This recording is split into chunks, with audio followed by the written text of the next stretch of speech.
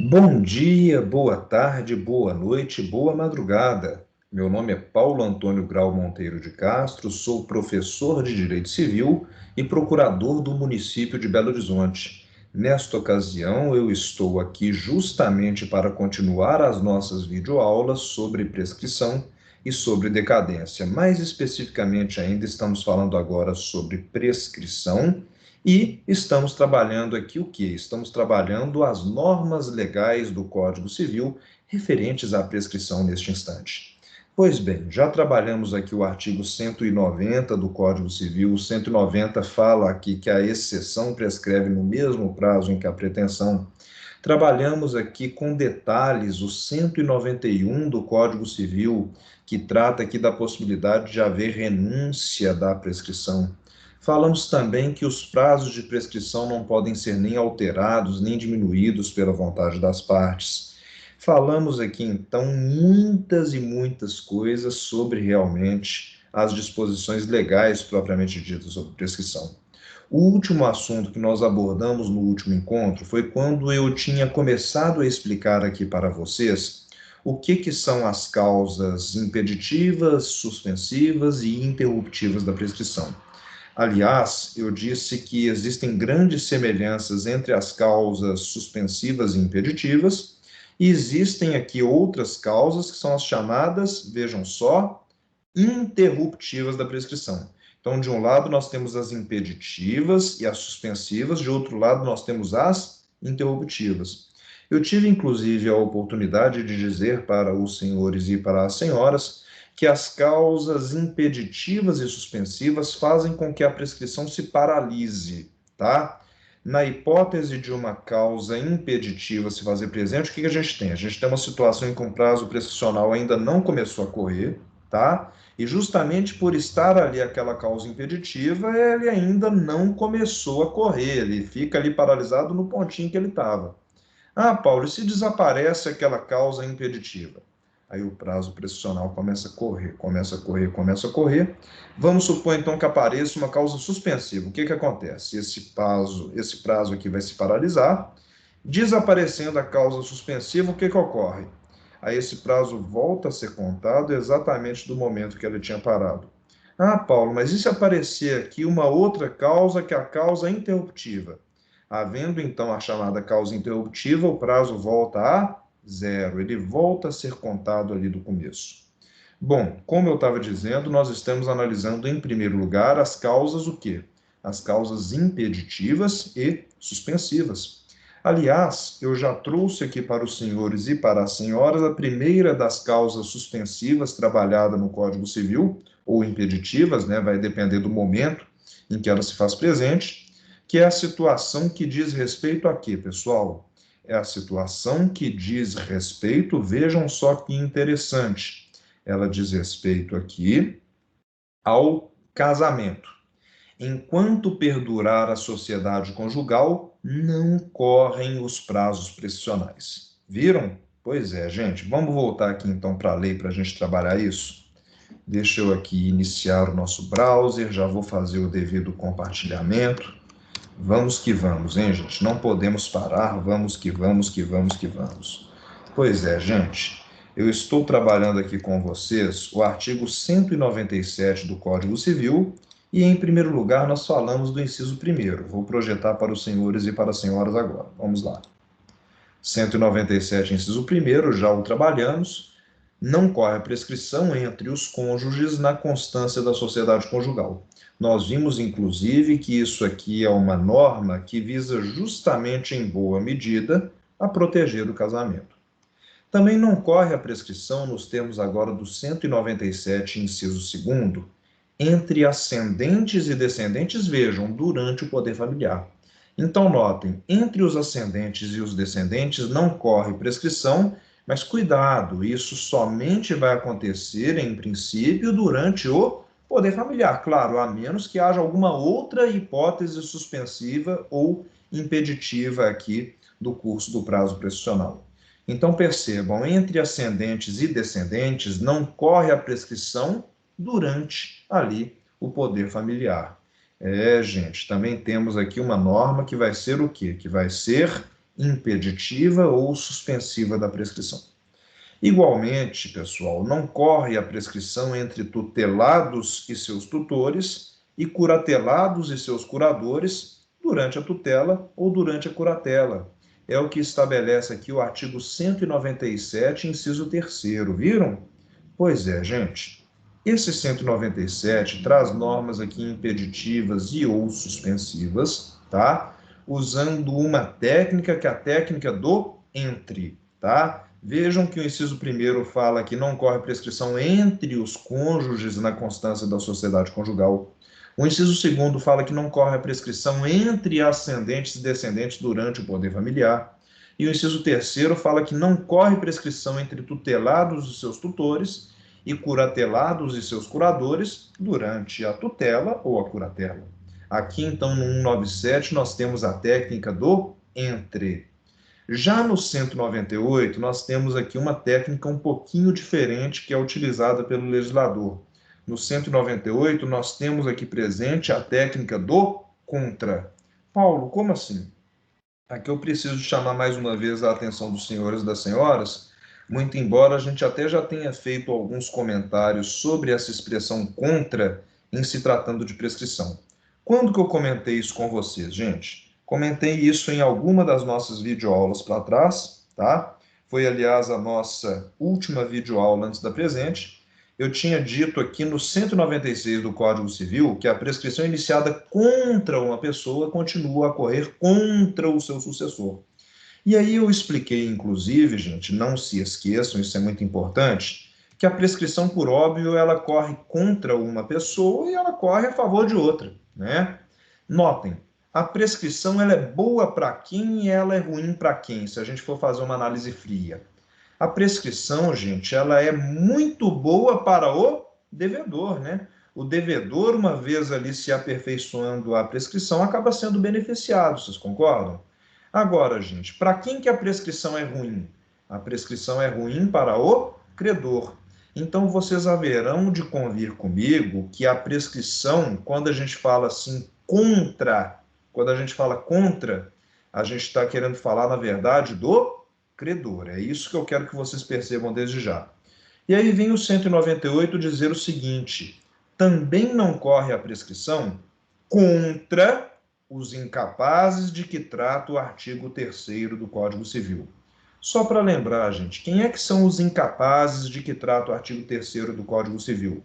São os absolutamente incapazes. E só para lembrar aqui, pessoal, quem são hoje no Brasil os absolutamente incapazes? Uma única hipótese que nós temos hoje a partir do advento do Estatuto da Pessoa com Deficiência. Somente são absolutamente incapazes no Brasil hoje as pessoas menores de 16 anos. É o que diz a atual redação do artigo 3º do Código Civil. Então, notem, o 198, inciso 1º, diz, então, que não corre a prescrição contra os incapazes de que trata o artigo 3º. Gente, quando se fala aqui que não corre a prescrição contra, a gente fala da situação em que esses incapazes sejam o quê? Em que eles sejam credores, tá? Se o incapaz de que trata o artigo 3º for credor, enquanto ele for ainda absolutamente incapaz, não correrá a prescrição contra ele, tá? O incapaz de que trata o artigo 3º aqui, se ele for credor, não corre prescrição contra ele. Paulo, me dê um exemplo aqui e agora. Dou um exemplo para vocês neste instante. Aliás, é um exemplo que aparece frequentemente em prova. Eu me lembro, inclusive, disso aqui cair na segunda etapa do exame de ordem para a prova específica de quem aqui faz o exame em Direito Civil e Processo Civil. Bom, gente, vou contar aqui um caso para vocês. Suponhamos que João tenha sido atropelado aos 3 anos de idade. E isso acabou ali causando prejuízos para o João. Quem atropelou o João foi a Maria, que estava dirigindo ali o seu veículo totalmente alcoolizada. Meus caros, aconteceu o seguinte: o João, quando foi atropelado, ele tinha 3 anos de idade, ele sofreu prejuízo, mas nenhum ali dos pais, ou se for o caso dos seus tutores, ajuizou aqui a ação de indenização por danos morais e materiais em face da Maria, por exemplo. Pois bem, pessoal, o João agora está com 18 anos de idade. Será que já aconteceu a prescrição? Eu vou até dar uma dica para vocês que eu já antecipei em aulas anteriores. Nesse caso aqui, eu vou dizer para os senhores e para as senhoras que o prazo prescricional é de 3 anos, tá? Isso aqui diz respeito a uma pretensão de reparação civil, o prazo prescricional nesse caso é de 3 anos. Então vamos lá, pessoal. Quando ele foi atropelado, ele tinha 3 anos de idade, beleza?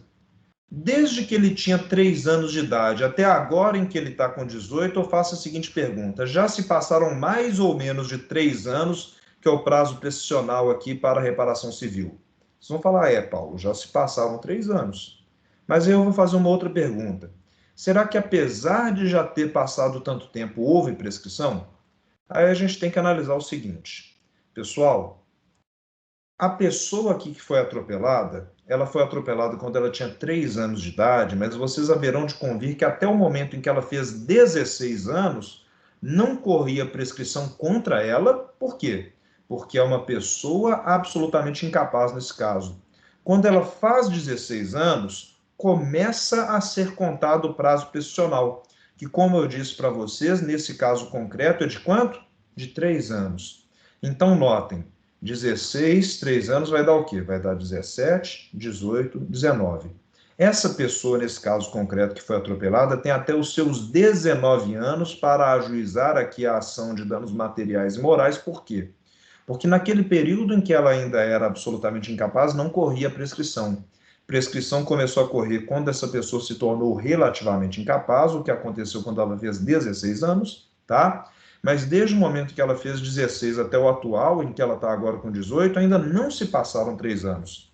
Só se passaram 2. Então, essa pessoa aqui, considerando que ela tem exatos 18 anos completos, ela tem mais 1 ano para eventualmente mover aqui a ação de indenização por danos materiais e por danos morais. Deu para acompanhar aqui meu raciocínio, gente? Agora, tomem cuidado. Eu falei, então, que a prescrição não corre contra as pessoas incapazes de que trata o artigo 3º. Mas será que corre a prescrição a favor das pessoas incapazes de que trata o artigo 3º? Pessoal, corre, tá? Porque vejam, essa norma do 198, inciso 3º, ela busca proteger a pessoa absolutamente incapaz.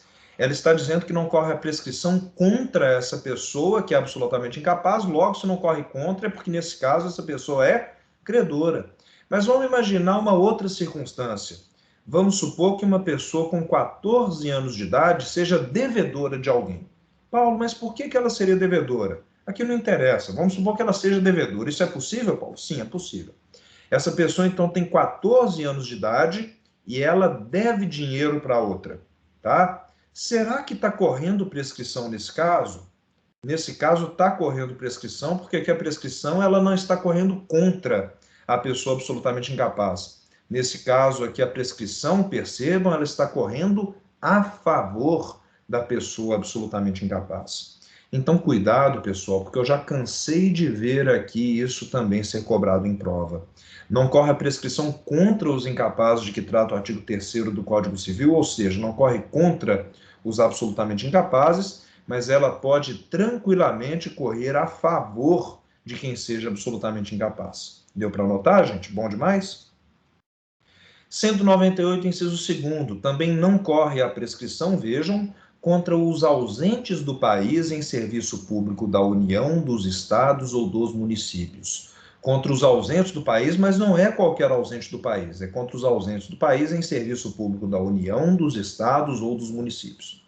Vejam, se uma pessoa, então, estiver ausente do Brasil em serviço público, seja da União, seja dos estados, seja dos municípios, não corre prescrição contra ela. Tá bom, gente? Tranquilo? Ah, Paulo, mas e se a pessoa estiver, por exemplo, no exterior em férias? Aí não tem nada a ver, só não correria a prescrição se essa pessoa estivesse ausente do país em serviço público. Tá bom, gente? Tranquilo? Ah, Paulo, será que corre prescrição a favor de quem está ausente do país em serviço público? Corre, é a mesma lógica que eu trouxe para vocês no 198, inciso 1º. Só não corre a prescrição aqui nas hipóteses do 198 contra essas pessoas que estão aqui listadas. Contra as pessoas listadas no inciso 1º, que são os absolutamente incapazes, contra as listadas aqui no inciso 2º, que são aquelas pessoas ausentes do país em serviço público da União, dos estados ou dos municípios. E atenção, também não corre a prescrição no caso do inciso 3º, contra as pessoas que se acharem servindo nas Forças Armadas, mas atenção, em tempo de guerra. Notem, para que não corra a prescrição nessa hipótese do inciso 3º, não basta que a pessoa esteja servindo nas Forças Armadas. É necessário que ela esteja servindo nas Forças Armadas, atenção, em tempo de guerra. Bom demais, gente? Tranquilo? Deu para acompanhar? Então, no 197, a gente tinha a técnica do entre. No 198, a gente tem a técnica do contra. Já no 199, nós temos outras hipóteses aqui em que haverá ou impedimento ou suspensão da prescrição, que ocorrerão nos seguintes termos. 199. Não corre igualmente a prescrição, não corre igualmente a prescrição, tá? Vocês me desculpem aqui pelo equívoco, viu, pessoal? Acabei aqui deixando o telefone ligado, vocês me perdoem, tá? Mas atenção, atenção, atenção, pessoal. Atenção, atenção, atenção. Eu vou agora falar com vocês aqui. Eu vou falar aqui agora com vocês. Vocês me desculpem aqui neste momento, tá? Eu vou falar com vocês agora das hipóteses do 199 do Código Civil. Beleza? Tranquilo? Não corre igualmente a prescrição, inciso 1º, pendendo condição suspensiva. Não corre igualmente a prescrição, pendendo condição suspensiva. Paulo, o que significa isso? Bom, pessoal, vocês certamente estudaram aqui já os elementos acidentais dos negócios jurídicos, tá? Vocês estudaram os elementos acidentais dos negócios jurídicos e, na ocasião, certamente, vocês estudaram aqui a condição, o termo e o encargo.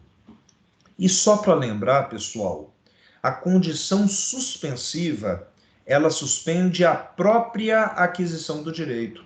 A condição suspensiva, enquanto não verificada, enquanto estiver pendente, ela suspende a própria aquisição do direito. Logo, vocês haverão de convir comigo o seguinte: se o direito sequer foi adquirido, como que esse direito pode eventualmente ser violado? Paulo, como assim? Pois é, pessoal, vocês lembram que para haver prescrição tem que ter havido antes de qualquer coisa a violação de um direito? Vejam, sem violação do direito não existe pretensão. Sem pretensão não existe prescrição, claro.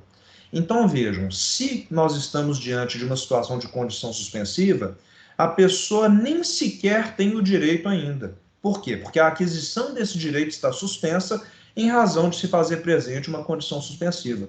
Se a pessoa nem sequer tem o direito ainda, como é que esse direito vai ser violado?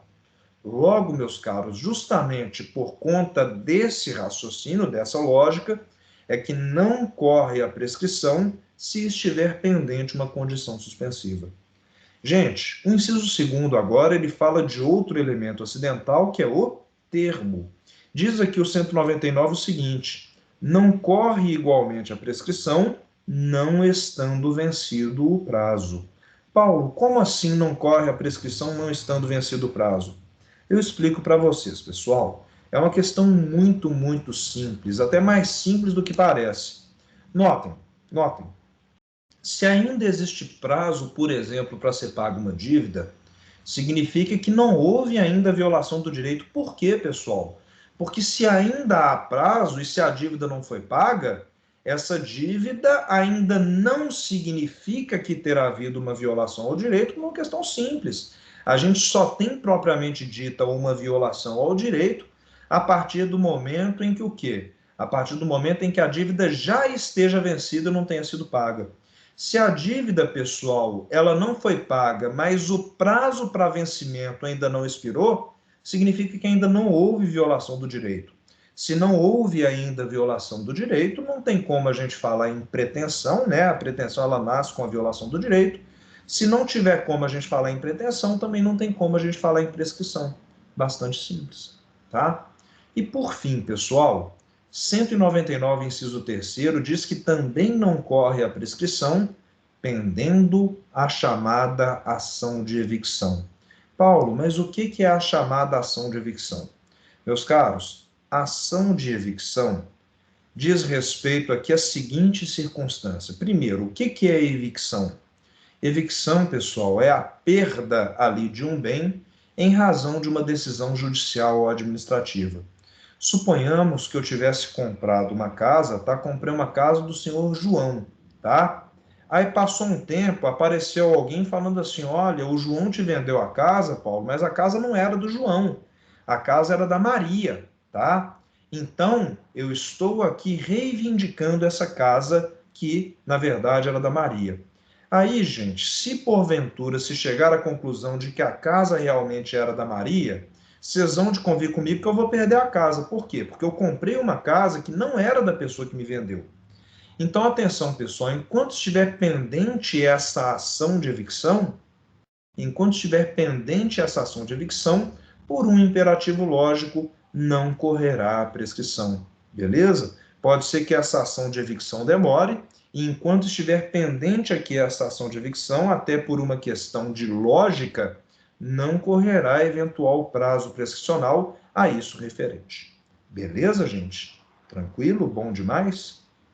Então vamos lá, pessoal, nós vamos continuar aqui, agora falando do artigo 200 do Código Civil, e o artigo 200 diz o seguinte: quando a ação se originar de fato que deva ser apurado no juízo criminal, não correrá a prescrição antes da respectiva sentença definitiva. Meus caros, esse artigo 200 ele é muito interessante e ele tem a ver com o seguinte. Vamos lá, pessoal. O que ocorre? O que ocorre é que o próprio Código Civil ele deixa claro que a responsabilidade civil é independente da criminal, tá? Ah, Paulo, mas pode ser que um mesmo ato traga tanto responsabilidade civil quanto criminal? Pode. Se eu aqui, porventura, matasse alguém, Deus nos livre e guarde, não é mesmo, gente? Se eu, porventura, matasse alguém, eu teria responsabilidade criminal? Sim, eu praticaria um homicídio e eu deveria, então, em razão disso, sofrer aquelas sanções que o Código Penal nos traz. Não é, gente? Pois é. Mas também será que existem aqui realmente consequências cíveis? Sim, vou dar um exemplo aqui para vocês. Pode ser que eu seja, por exemplo, condenado a pagar pelo luto da família, a pagar pelas despesas do funeral. Eu posso, por exemplo, ser condenado a pagar pensão alimentícia àquelas pessoas que dependiam do morto. Tudo isso pode acontecer, Paulo? Pode. Então, estou dando um exemplo aqui para vocês de uma situação, de um ato ilícito, que traz reflexos tanto do ponto de vista criminal, como também do ponto de vista civil. Isso acontece? Acontece. Mas eu também tenho situações, gente, em que só há reflexos ou no criminal ou só há reflexos no civil. Pode acontecer isso também? Pode. Vou dar aqui um exemplo para vocês, gente. Vamos supor que o senhor João pratique adultério. Será que o adultério tem hoje consequências criminais, gente? Não. O adultério não tem consequências criminais, por quê? Porque o adultério foi descriminalizado. Beleza? Tranquilo? Ah, Paulo, mas ele pode trazer consequências civis? Pode. Pode ser, por exemplo, que aquela pessoa que seja um cônjuge adulterino seja eventualmente condenada a pagar indenização por danos morais ali ao cônjuge que foi traído. Pode, em tese, acontecer isso. Então, eu acabei de trazer para vocês aqui um exemplo de uma situação que tem reflexo do ponto de vista civil, mas não tem reflexo do ponto de vista criminal. Paulo, me dá um outro exemplo agora em que haja reflexo criminal, mas não reflexo civil. Vamos supor que alguém pratique um crime de perigo, tá? Já ouviram falar nos crimes de perigo, gente? Até a constitucionalidade delas é muito discutida lá pelos criminalistas, mas eu não vou entrar nessa seara, não. Vou considerar, por exemplo, aqui um crime de perigo de contágio venéreo. A pessoa expôs outrem ao perigo de contágio de uma doença venérea. Gente, eu não estou falando do caso aqui em que houve o contágio efetivo dessa doença, não. Estou falando do crime de perigo. Se houver aqui contágio efetivo, a gente não está mais falando de crime de perigo, a gente está falando de crime de dano. Mas vamos lá, pessoal. A pessoa então praticou esse crime de perigo de contágio venéreo. Será que ela vai ter aqui consequências do ponto de vista criminal? Sim, ela vai ter consequências do ponto de vista criminal. Agora, será que ela vai ter consequências do ponto de vista civil? Do ponto de vista civil, nesse caso específico, não. Porque eu disse que a conduta ficou limitada ao perigo, não houve um dano efetivo. E aqui é importante lembrar que para que haja responsabilidade civil, necessariamente tem que haver um dano, seja um dano patrimonial, seja um dano extrapatrimonial. Eu estou dizendo aqui que não houve nem dano patrimonial nem extrapatrimonial, logo não haverá reflexos aqui do ponto de vista civil, beleza? Tranquilo? Ah, Paulo, mas por que você fez esse rodeio todo? Eu fiz esse rodeio todo para falar especificamente para vocês da situação do 200, cuja redação, aliás, eu vou repetir agora. Vamos lá. Quando a ação se originar de fato que deva ser apurado no juízo criminal, não correrá a prescrição antes da respectiva sentença definitiva. Esse artigo 200, gente, ele busca proteger aquela pessoa que tenha sido vítima de crime. Esse artigo 200 busca proteger aquela pessoa que tenha sido vítima de crime. Paulo, como assim? Eu explico, gente. Eu explico.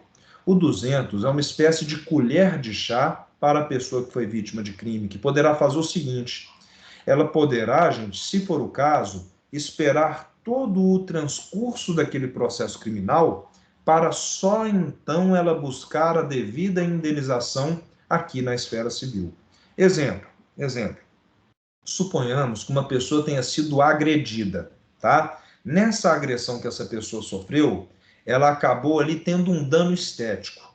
Vocês sabiam que o dano estético ele é passível de reparação, gente? Isso, inclusive, é matéria sumulada lá no STJ, viu, gente? O dano estético ele é passível de reparação. Só que essa pessoa, gente, ela vendo ali que o seu agressor estava sendo processado no juízo criminal, ela acabou não movendo a ação civil de indenização imediatamente, não. Ela deixou ali o barco correr. Ela esperou, e aí, finalmente, pessoal, houve uma decisão lá na esfera criminal, tá certo? Vamos supor que essa decisão na esfera criminal não tenha agradado totalmente a vítima do ponto de vista civil, tá? Vamos supor que a decisão na esfera criminal fixou ali uma indenização pelo dano estético no patamar de R$ 5.000, tá? Para quem não sabe, gente, a sentença criminal pode fixar um valor mínimo a título de indenização na esfera civil. Eventual excedente a esse valor mínimo tem que ser discutido onde? Tem que ser discutido na esfera civil. Então, olha só, gente, a vítima, ela teve reconhecido lá no direito criminal, lá na sentença penal condenatória, o direito de receber R$ 5.000 a título de danos estéticos, mas ela considerou pouco. Ela resolveu, então, agora mover uma ação indenizatória. Só que atenção, gente, desde o fato danoso até o momento da sentença criminal, passaram-se, aqui no meu exemplo, 10 anos, beleza?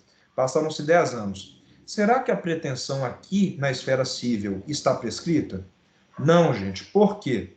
Porque enquanto não adviesse aqui a sentença criminal definitiva, não estava correndo a prescrição na esfera civil. Viram que interessante? Então, notem, quando que a prescrição aqui no civil volta a correr? Somente depois que houver o quê? Que houver a sentença definitiva lá na esfera criminal. De novo, gente, isso aqui é uma maneira de dar uma colher de chá para aquela pessoa que foi vítima de crime. Para que aquela pessoa que foi vítima de crime não tenha que imediatamente mover a ação de indenização aqui na esfera civil. Paulo, mas ela poderia ter movido isso antes da sentença definitiva lá do criminal? Poder ela podia, ela só não precisava de fazer isso. Ela podia, mas não precisava. E por que ela não precisava ainda? Uma das razões pelas quais ela não precisava é exatamente esse artigo 200, que assegura aqui a essa vítima o fato de não correr prescrição antes de advir a respectiva sentença definitiva na esfera criminal. Beleza pura, gente? Tranquilo? Gente, o 201, ele fala de uma situação específica. Ele diz que suspensa a prescrição em favor de um dos credores solidários, só aproveitam os outros se a obrigação for indivisível. Gente, basicamente nós temos aqui o seguinte: o 201, ele está dizendo aqui, em outras palavras, que as hipóteses de suspensão da prescrição são hipóteses pessoais. aquela pessoa que é beneficiada pela causa suspensiva da prescrição, ela é beneficiada, em princípio, sozinha. Por quê? Porque é uma situação que atinge aquela pessoa em específico. Mas, gente, nós teremos exceção a essa circunstância, que é o fato de a causa suspensiva da prescrição ser pessoal, em uma situação bem excepcional. Na situação em que se faça presente não só solidariedade ativa. O que é solidariedade ativa? É a solidariedade entre credores, viu, gente? Isso é estudado lá no direito das obrigações. Então, notem, para que haja aqui essa suspensão da prescrição de um dos credores para beneficiar outros, em primeiro lugar, tem que haver solidariedade entre eles. Mas atenção, não basta haver solidariedade entre eles. Também é essencial para que essa suspensão da prescrição que atinge um dos credores solidários para atingir os outros, é essencial que também a obrigação seja, vejam só, indivisível. Então, notem, para que a suspensão da prescrição que atinja um dos credores solidários venha a beneficiar também os outros credores solidários, nós teremos necessariamente que estar diante de quê, gente? De uma situação em que a obrigação é indivisível. Beleza pura, pessoal? Tranquilo? Podemos prosseguir mais um pouquinho? Gente, com isso aqui nós trabalhamos as hipóteses impeditivas e suspensivas da prescrição. A gente parte agora para analisar as causas, vejam só, interruptivas da prescrição. As causas, portanto, que interrompem essa prescrição. Bom, gente, eu vou voltar um pouquinho aqui para a minha tela para dizer o seguinte aos senhores e às senhoras. Vejam só. As causas impeditivas e suspensivas, como vocês já tiveram a oportunidade de perceber, são aquelas que estão listadas ali naqueles artigos que a gente leu há pouco, e elas dizem respeito aqui a situações específicas referentes àqueles credores ali listados. Aqueles credores ali listados, no entender da lei, merecem uma colher de chá. Eles merecem que a prescrição não corra ali naquelas situações listadas naqueles dispositivos. Só que quando a gente fala aqui de outro lado, na interrupção da prescrição, nós temos uma situação que é um pouquinho diferente. Paulo, como assim diferente? Eu explico para vocês, gente. Não vai ser em todos os casos, não, mas na maior parte das vezes aqui em que a gente analisa a interrupção da prescrição, que vai acontecer isso que eu vou dizer. Vamos lembrar de uma coisinha aqui, gente. Eu já disse para vocês e vou repetir agora. Vocês lembram que eu falei que prescrição e inércia são como duas faces de uma mesma moeda? Vocês lembram que eu disse isso? Pois é, gente. Prescrição e inércia são como duas faces de uma mesma moeda. Se não houver inércia, não vai haver prescrição. Beleza? Deu para entender isso? Eu já tinha falado isso, aliás, né? Pois bem. Se o credor sai da inércia, vocês acham que isso tende a afastar a prescrição ou não? Sim, isso tende a afastar a prescrição. E eu vou dizer para vocês aqui o seguinte, as causas interruptivas da prescrição, salvo uma situação específica que eu vou explicar depois, elas vão representar algumas situações em que o credor sai da inércia. E a lei entende que nessas situações listadas como causas interruptivas da prescrição, nas quais, portanto, o credor sai da inércia, a lei entende que nesses casos o prazo prescricional ele deve ser o quê, gente? Ele deve ser retornado ao marco zero. De novo, se houver aqui interrupção da prescrição, aquele prazo prescricional que já estava correndo, o que acontece com ele? Volta a zero, volta lá para o comecinho. Deu para entender, gente? Bom demais? Então, primeira dica, gente, uma coisa para facilitar aqui o entendimento do que seja uma causa interruptiva da prescrição. Já falei, a maior parte das causas interruptivas da prescrição vai ter a ver com situações em que o credor sai da inércia. Ah, Paulo, mas quais são as hipóteses de interrupção da prescrição? Gente, as hipóteses de interrupção da prescrição são aquelas que estão listadas na lei. Paulo, que lei? Aqui a gente está focado no Código Civil Brasileiro, mais especificamente aqui a gente está focado, vejam só, no artigo 202 do nosso Código Civil Brasileiro. Vamos lá, pessoal? Vamos que vamos? Pois bem, meus caros, o 202 diz o seguinte: a interrupção da prescrição. Atenção, gente, isso aqui cai muito em prova, que somente poderá ocorrer uma vez, dar-se-á. De novo, a interrupção da prescrição, que somente poderá ocorrer uma vez, dar-se-á.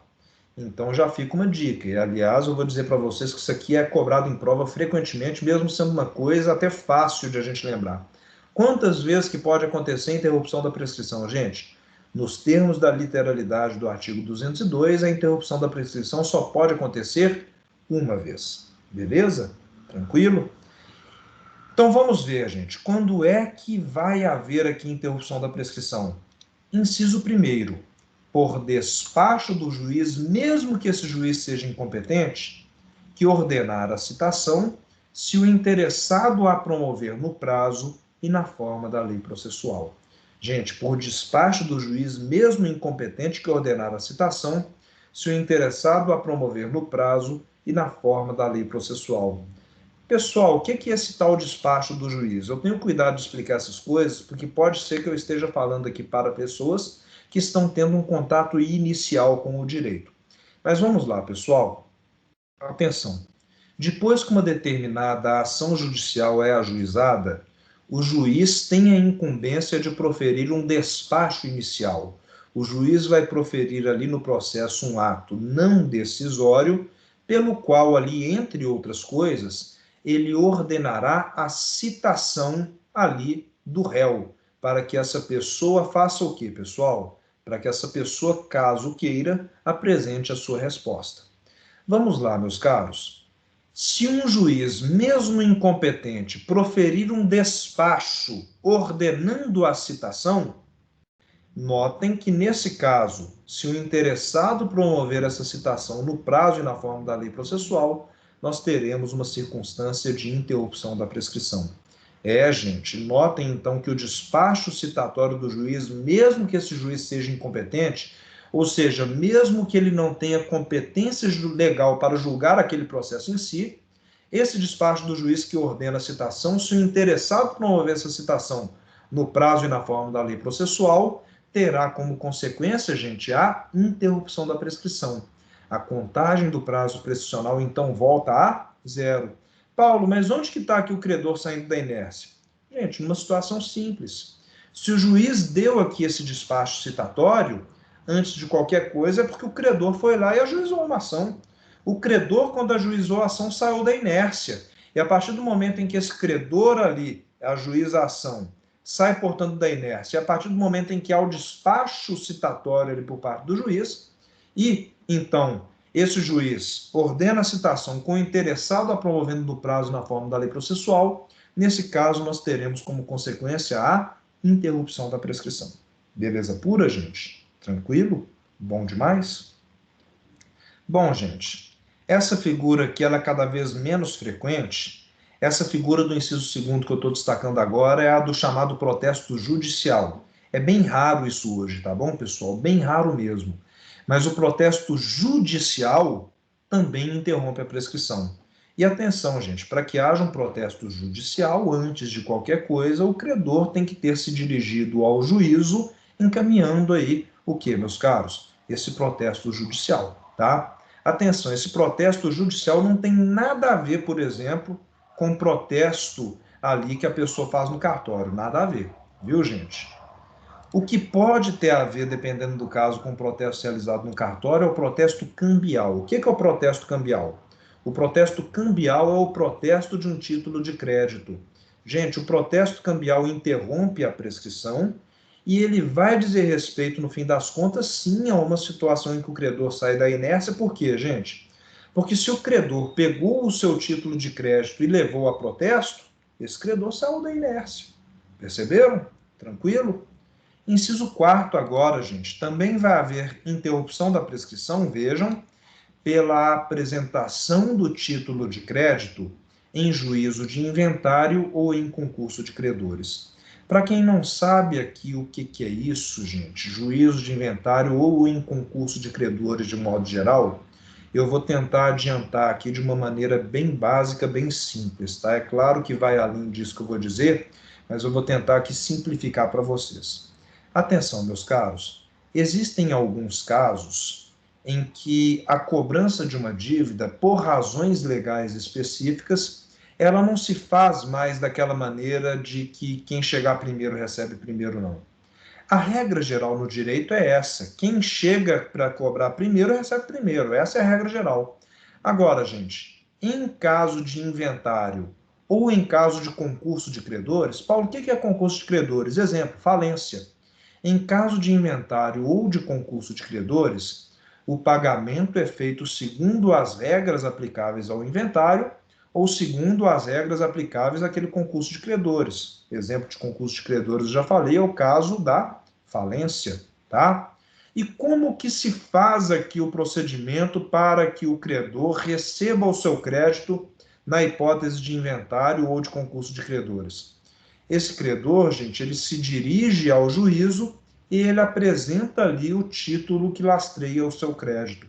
A partir do momento em que ele apresentar esse título, o que vai acontecer?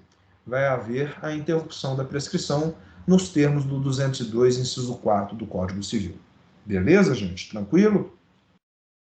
Inciso 5º agora, pessoal. Inciso 5º, vamos lá.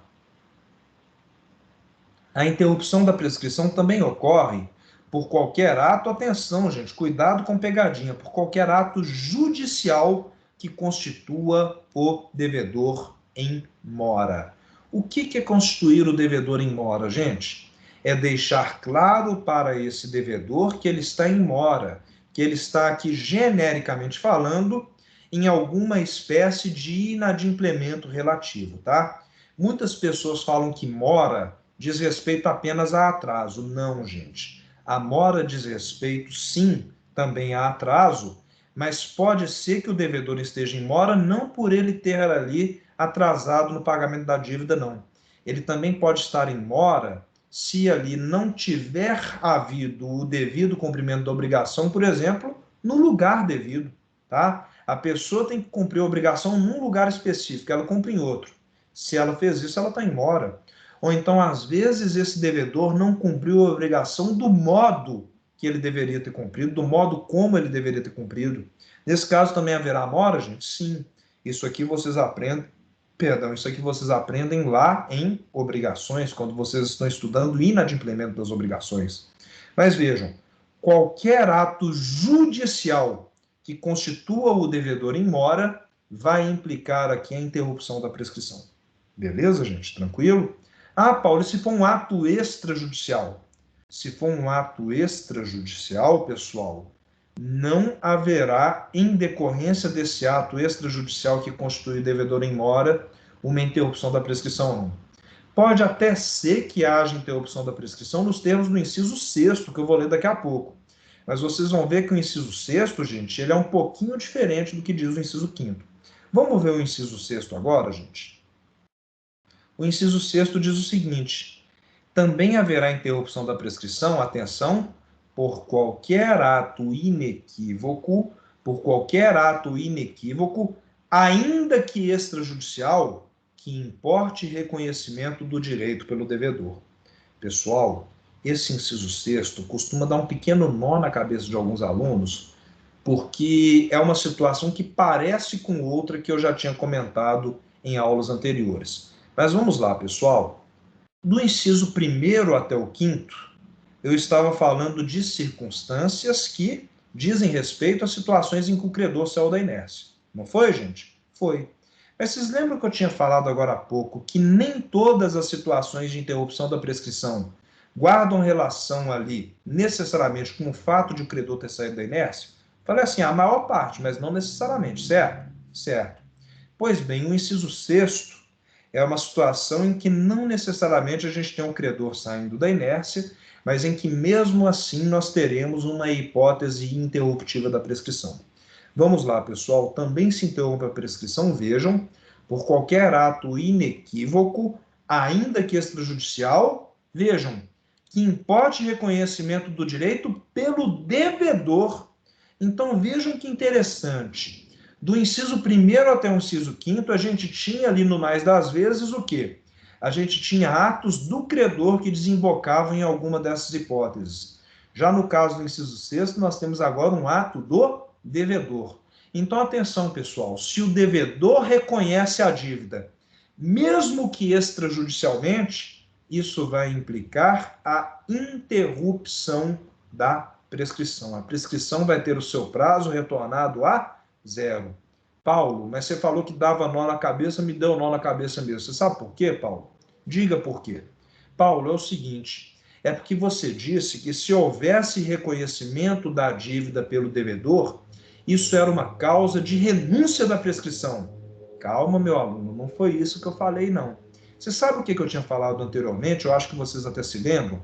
Quando eu estava aqui explicando para vocês o 191 do Código Civil, eu disse que se houvesse o reconhecimento da dívida pelo devedor depois de a prescrição já estar consumada, isso significava, sim, renúncia à prescrição. Então, vamos lá, gente. Se houvesse, como eu já tinha dito, atenção, reconhecimento da dívida pelo devedor depois de a prescrição estar consumada, aquilo significava uma hipótese de renúncia tácita à prescrição. Por quê, pessoal? Porque se tratava de um ato incompatível com a prescrição. Sim, era isso que eu tinha dito. Ah, Paulo, mas isso não está em conflito com o inciso 6º do 202, não? Não, pessoal, porque no caso aqui do inciso 6º do 202, a gente tem uma situação de reconhecimento do direito do devedor, mas que ocorre antes de a prescrição estar consumada, antes de a prescrição ter ali se aperfeiçoado. Então, notem, se houver reconhecimento da dívida pelo devedor, a gente tem que se fazer a seguinte pergunta: esse reconhecimento foi antes de a prescrição acontecer ou foi depois de a prescrição acontecer? Ah, Paulo, antes de a prescrição acontecer. Se esse reconhecimento da dívida tiver ocorrido antes de a prescrição acontecer, esse reconhecimento da dívida significará que a prescrição foi interrompida e que, portanto, o seu curso voltou a 0. Ah, Paulo, e se houver de outro lado aqui o reconhecimento da dívida pelo devedor depois de a prescrição estar consumada, depois de a dívida já estar prescrita? Se houver o reconhecimento da dívida pelo devedor depois de a dívida já estar prescrita, aí sim nós estaremos diante de uma hipótese de renúncia tácita à prescrição. Gente, legal demais, né? Pessoal, será que dá para fazer aquela pegadinha caprichada na hora da prova? Inclusive na hora da prova do OAB, na hora da prova do concurso? Sim, pessoal, dá para fazer aquela pegadinha caprichada, mas aluno meu não cai em pegadinha, não.